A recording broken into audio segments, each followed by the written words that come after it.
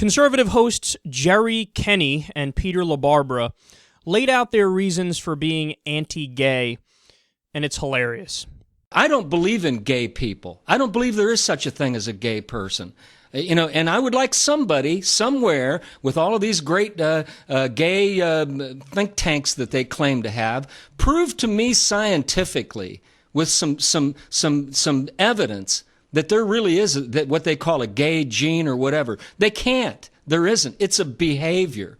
So we've already bought hook, line, and sinker in this country that, they can't help it. They're just born that way. Well, that's great. I mean, I guess a rapist ought to say, hey, I can't help it. I was just born a rapist. I saw a video on YouTube that's a cartoon that is actually geared to young kids explaining how natural homosexuality is. And one of the arguments that they made in it is that, well, it occurs in nature. And number one, it doesn't occur for very long in nature because, you can't, if they can't reproduce, and that's the other thing. It's like, if this stuff if it's genetic, wouldn't it have died with the very first person that had the gene mutation? How did they ever reproduce? But the one that they say, well, it's natural. And say, okay, well, let's accept that argument. Okay, let's say it's, but there are a lot of things that are natural that aren't necessarily good. In nature, animals rape one another. So should rape be okay? Some animals eat their own waste. Is that okay? Animals eat their young. Is our new standard now in this society that we've brought down, and as long as we're at the animal level, then it's okay? But it's wouldn't murder be natural? Yeah. Wouldn't incest be natural if it occurred? Their argument is basically, you're absolutely right, that if it occurs in nature, it's quote natural. That's an odd definition of natural, because everything has happened. I mean, look at murder, etc. That's an odd definition of natural. No, it's not. It's the literal definition of natural. He says it like we made it up, like liberals were sitting around going, let's come up with a fake definition for the word natural to suit our purposes. No, that's what you guys are doing. Whenever the definition and the conclusions don't fit your preconceived ideologies, you just dismiss it. It doesn't count because we don't like the conclusions we have to reach if that's true, so we're just going to dismiss it. The definition of natural. Go to Google right now, type in natural definition. The first sentence that pops up. Existing in or caused by nature. That's exactly what homosexuality is. It occurs in nature. It is by definition natural. You might not like that, but it's true.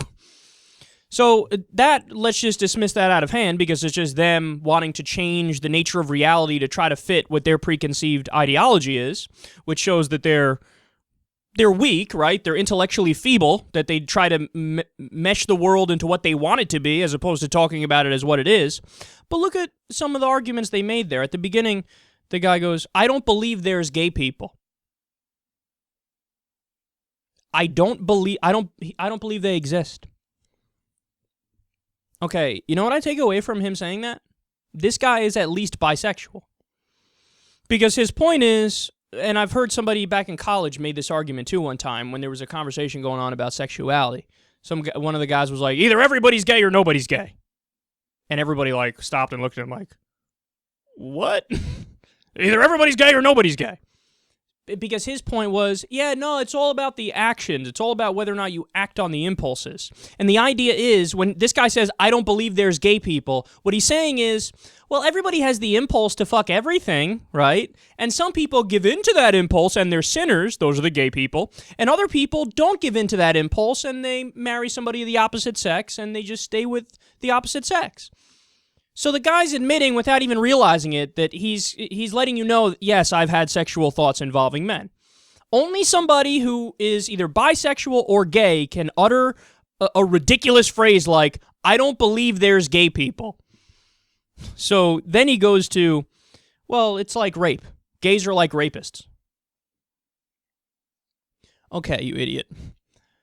When we talk about rape, it's wrong because you are imposing on somebody else and you're taking away their rights. It's not consensual. They don't want it. That's why rape is wrong. When we talk about homosexuality, it's consenting adults doing what they want to do and they're not bothering anybody else. not only is there a difference between homosexuality and rape, they're fucking miles apart. They're nowhere near each other. One is consensual and nobody's getting hurt. The other one is, let me force myself onto somebody. Let me be physical with somebody and make them do something they don't want to do. Let me violate somebody. One takes away rights, the other one doesn't. In fact, the other one, if you try to get involved and stop gay people from doing whatever they want, you're the one that's taking away rights. And then this is one of the weirdest arguments I've ever heard. Well, it's not genetic because they'd die out. That makes no sense at all. What are you talking about? Of course it's possible that it's genetic and it's innate and it's biological. It just so happens that in humans, anywhere from whatever the numbers are, 5% to 15%, whatever it is, of a population, they're going to be gay, they're going to be bi. It's a naturally occurring thing where a certain segment of a human population, happens in other species too, they're gonna be gay. That's how it is. It can't be because they'd all die out. Well, why would they die out? Because I just said that they'd die out. You don't know what the fuck you're talking about. And then my favorite, well, it's like people who eat waste and eat babies. I don't know in any way, shape, or form how that's connected. That's really your argument? There are some animals that eat their shit, so fuck gay people. Let's ban gay marriage. If that's the length you have to go to try to hate these people and to try to take away their rights, you're really a pathetic human being. You know, we talk about this all the time, man, but these guys they're like, we're Christians and that's what we care about, religion. You would think that people who are uber religious, that what would their focus be? Their focus would be, well, let's help the poor. Let's try to bring antibiotics and medicine to third world nations. Let's try to eradicate poverty in sub-Saharan Africa. Let's try to bring universal health care to the United States.